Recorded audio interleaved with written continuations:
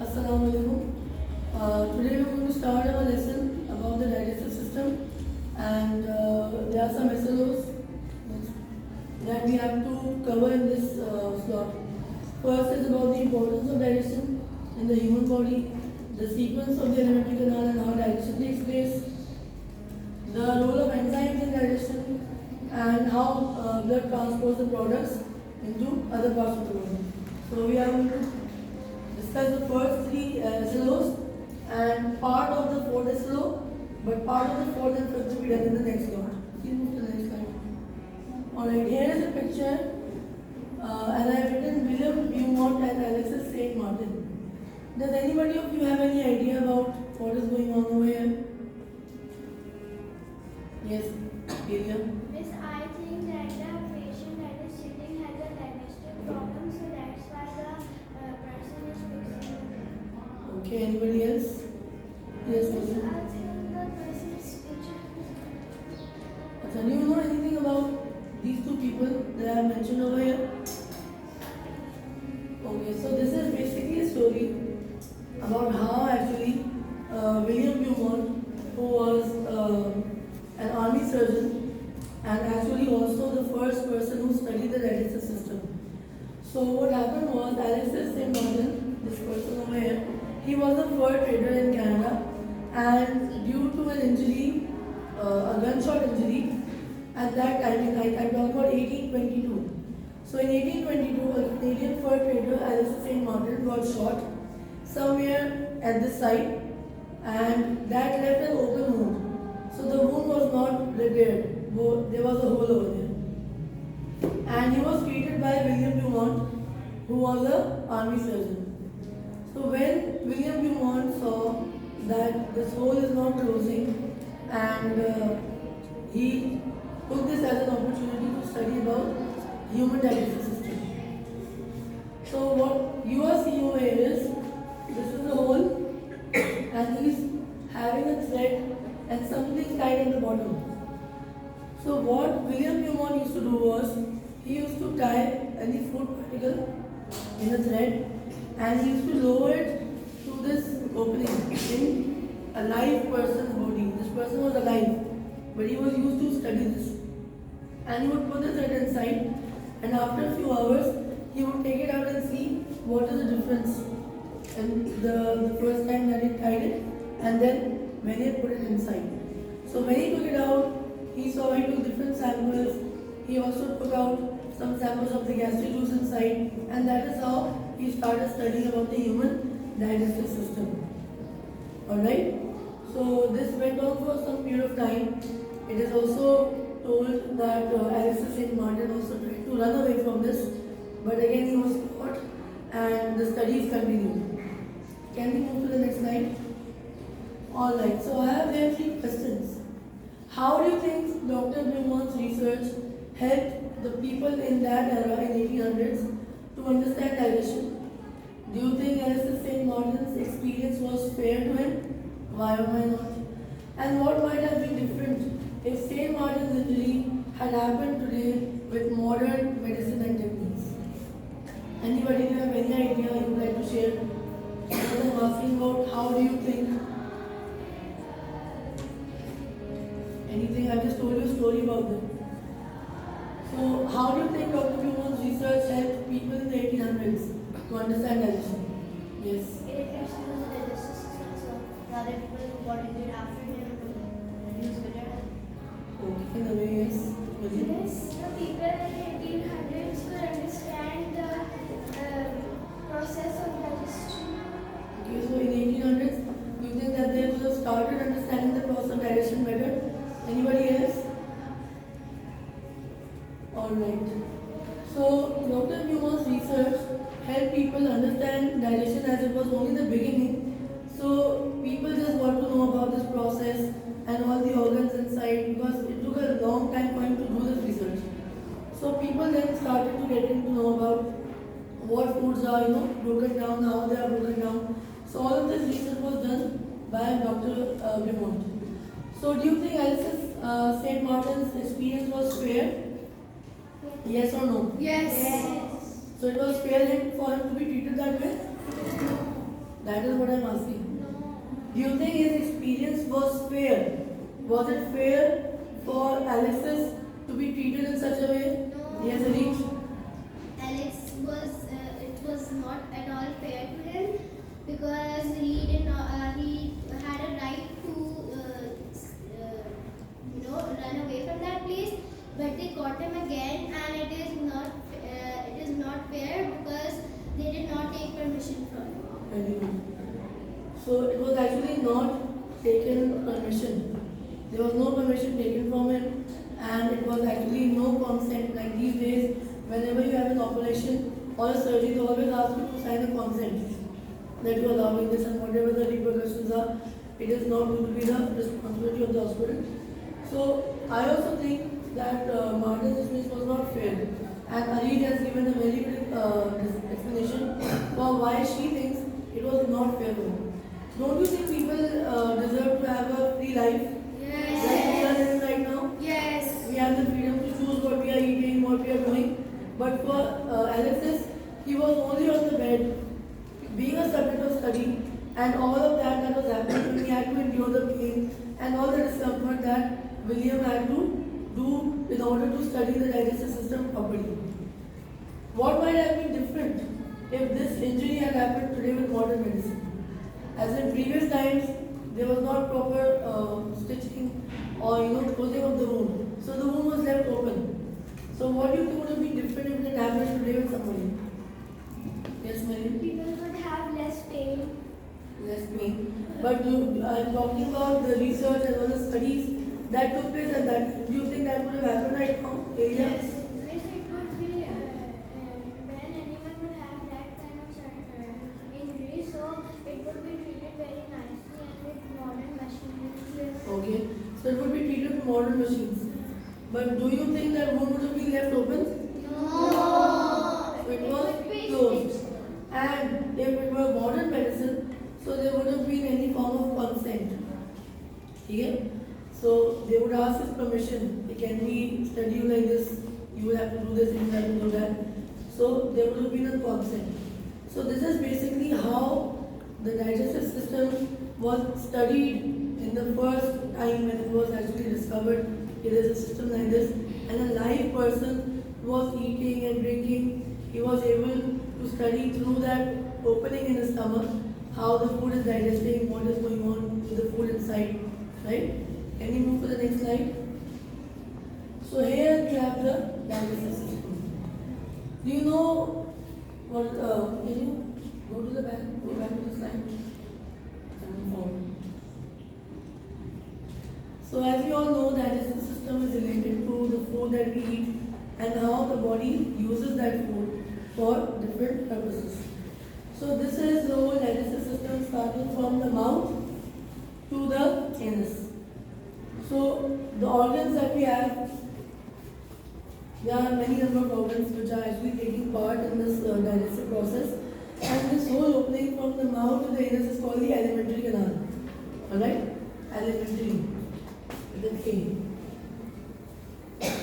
So the alimentary canal actually consists of a number of organs.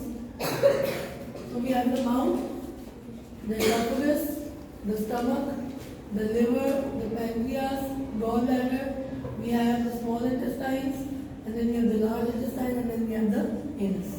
Alright, can you move to the next slide? Alright, so what basically is digestion? It is a breakdown of larger complex food molecules into simpler soluble substances for absorption into the bloodstream. We know that the food that we eat cannot be itself, taken a slice of pizza, we just cannot have it digested or absorbed into the body. So it needs to be broken down, and not only broken down into small bits and pieces, but broken down chemically so that we can have smaller units which can be easily absorbed by our blood. It is a physical and chemical process. So digestion is not only physical, not only the breaking down of food physically, but also chemically, in that the smaller units which make up the bigger units are the ones which are what? Which are then made into smaller units so that they can be absorbed by the body. Next slide please. So the basic food nutrients we all know have carbohydrates, fats, proteins, vitamins and minerals. So we are going to study about the digestion of these three nutrients because they are taken in larger quantity and they are also broken down. And vitamins and minerals, since they are required in a smaller amount by our body, so only we are discussing about carbohydrates, fats and proteins. Can you move to the next slide? So here you can see different carbohydrates, fats and proteins. And on the right side you can see that there are some structures that I have put in the presentation. Here you can see those hexagon shaped, small orange oxygen shapes. That is actually 1 unit of what? Starch. So many starch units are combining together to form one molecule of carbohydrates. So these carbohydrates, when they are broken down, so these small hexagon shapes, that's only a shape that is given, they are separated from each other and they are made simpler. This is the complex structure. In simpler substances, it would only be a small hexagon shape.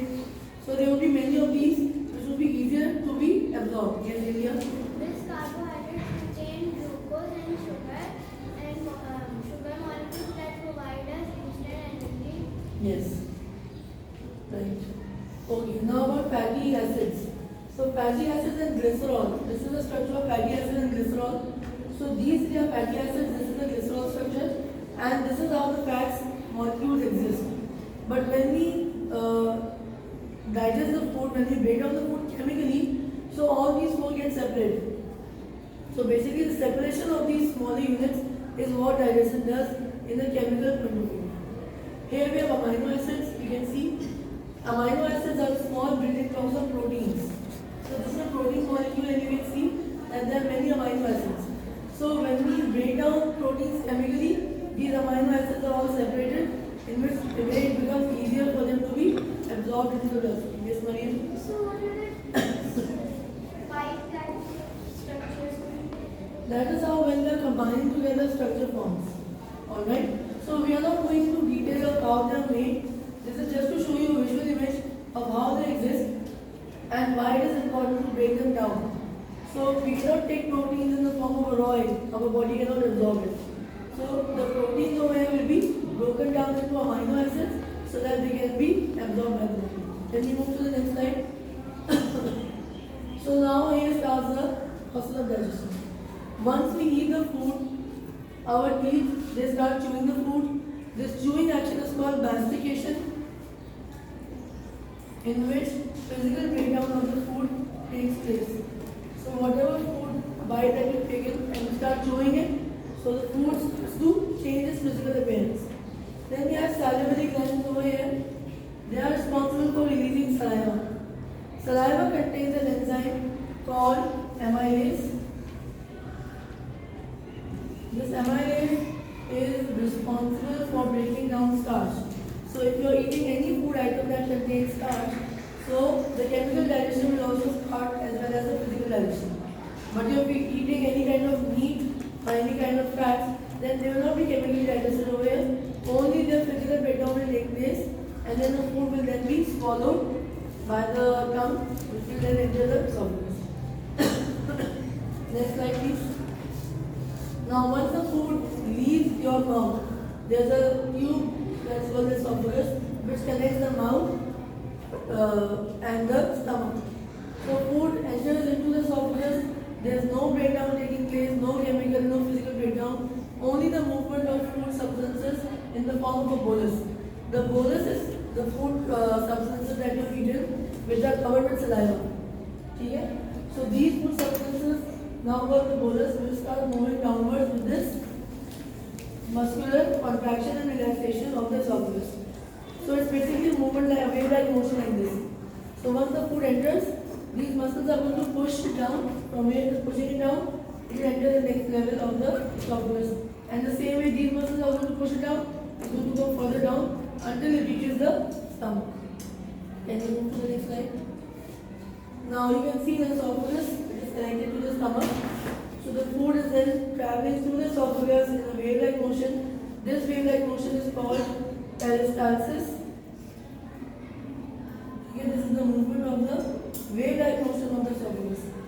Now once the food enters into the stomach, the stomach releases some acids.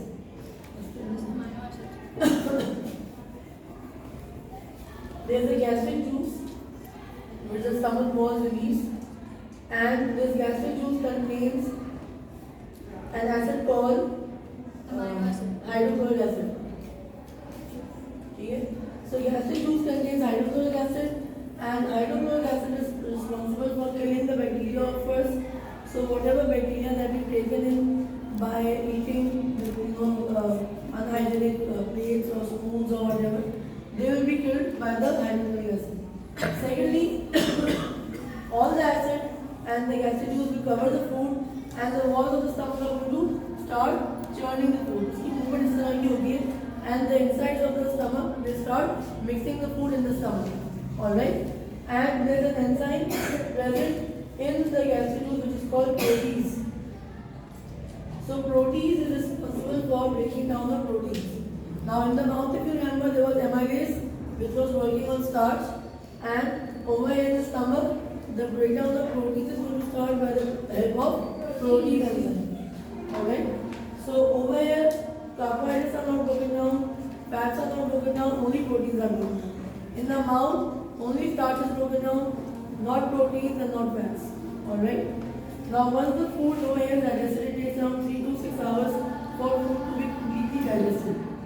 Now what happens with the acid? The food that is covered in the acid, it gives off a very pungent smell. So if you realize whenever you are vomiting out that specific taste and smell, it is because of the acid in the stomach. Okay? Now once the food leaves the stomach, the food is now called chyme. Yes. First it was called bolus when it was covered with saliva. Now when it's covered with acid, it is called chyme. Can you move to the next slide? Now you can see that the stomach is connected to the small intestine, and the intestine have this opening from the liver and from the pancreas. So now once the food starts to leave the stomach, the liver is responsible for making bile. Bile is also a juice that emulsifies or break down fats. So the work of liver is to prepare bile and store it in the gallbladder. Now once the food will be ready to be acted upon, so the gallbladder is responsible for releasing the bile. It is made by the liver, but it is stored in the gallbladder, and it is also released by the gallbladder. So now once the food enters into the small intestine, the gallbladder is going to release the bile, and also the pancreas are going to release pancreatic juice. And then there is also some intestinal juice over here. So these three are going to act upon the food, and here they are going to complete the digestion of carbohydrates, fats and proteins. So all the digestion will be completed over here, meaning physical as well as chemical digestion, so that the next time when the food is going to now go into the small intestine, it is going to get absorbed. Alright, do you all understand the process up till now? Yes. Any questions? No? Next. Alright, so you can see these two parts. The inside part is called the small intestine, and it has three parts. The duodenum is the first part of the small intestine, which is connected to the stomach. Then we have the jejunum, and then the ileum is the last part, which is connected to the large intestine. Alright? So once what happens, the food leaves the intestine, the digestion is complete, so it starts moving throughout the small intestine, and the absorption process takes place in the small intestine, from where all the nutrients that have been just broken down can be absorbed by the body. Can you move to the next slide? This is an inside view of the small intestine. So you can see this circular, and throughout, you can see also from that side also, that these are finger-like projection in the small intestine. They are very small, and they are called villi.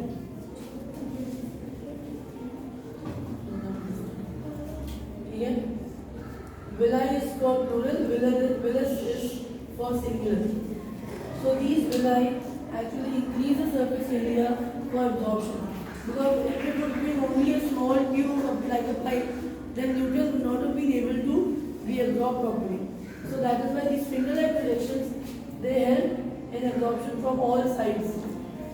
Okay? So when the food is passing through this place, so what happens is it comes in contact with certain villi on this side or that side because we eat the whole day, no? We eat 3 meals a day. So whenever the food is going to come, it is going to come in contact with this villi and the absorption of nutrients is going to start taking place. Alright? So this is in all of our intestines, in the small intestines. Alright? Can you move to the next slide? So this is the feature of the small intestine. You can see there are single cell layers on the outer part. That is the reason why we need to digest food, because this layer cannot take in complex food structures. It can only take very small ones, the basic units. Alright, you can also see that we have veins over here, arteries over here, see it? Which are the blood vessels which are also connected to all the villi. See it? And it is here that the substances are absorbed and taken to the parts of the body. Now epithelium is the skin of the villus, which is only one cell thick, and because of this one cell thickness, it is easier and faster for absorption to take place. You can see there is also an internal structure over here, which is called the lacteal, which absorbs the fatty acids and glycerol which have been broken down, and the blood vessels over here, they absorb simple sugars and amino acids. Simple sugars means the small unit of carbohydrates, and amino acids mean the small units of proteins. Any questions up till now? If you have any questions, you can ask. Alright. So throughout the process of absorption, when the food enters into the small intestine, these structures which have this internal structure, they know what their duty is. The lacteal starts absorbing all the fatty acids and glycerol, and the blood capillaries they start absorbing the simple sugars and amino acids. Next slide.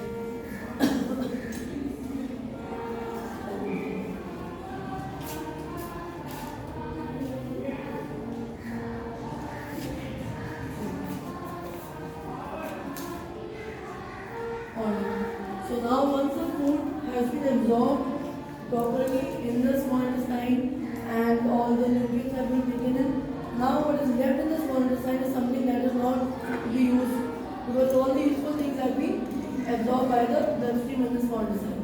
Now whatever remains inside is all the things that we do not need, which is the waste. So from here, the food is not the food now, the waste substances are then transferred to the large intestine. You can see the small thing over here. This is called an appendix. This is also a structure which is connected to the large intestine, but it does not have any definite function. Okay? It does not have any definite function, but it has been studied that if any food particle enters it, it will start to inflate and it can also burst. Yes, it can also release some chemicals, which then becomes life-threatening also. So once the food leaves the small intestine and enters the large intestine, here what happens, we do not have any villi over here for any substances, because here we don't need to have any absorption. Only water will get absorbed over here and minerals again, and the rest of the substances which are now waste will be excreted. They will be stored in the rectum until they are ready to be excreted out by the anus. Alright? So this is how the food is taken in by the body through the alimentary canal, how it passes, and how the useful nutrients are taken by the body for their use, and how the waste is deviated. So this is a reaction of enzymes. As I mentioned these names before, amylase is also carbohydrates, or amylase is responsible for breaking down the carbohydrates into glucose and maltose. These are the simple units. Protein enzyme is responsible for breaking down proteins into amino acids, and lipase enzyme is responsible for breaking down fats into fatty acids and glycerols. So it means all these structures are going to be separated so that they can be later used by the body. Next slide. Okay. So this is something that we are going to do later on. Okay, right now I want you to please open your books.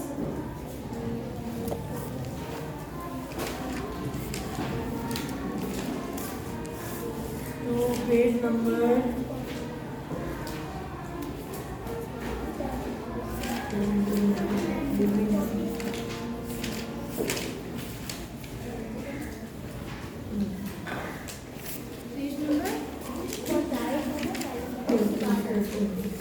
Page number 57. And I want you to try and label them, the organs of the digestive system, on page number 57 of your textbook.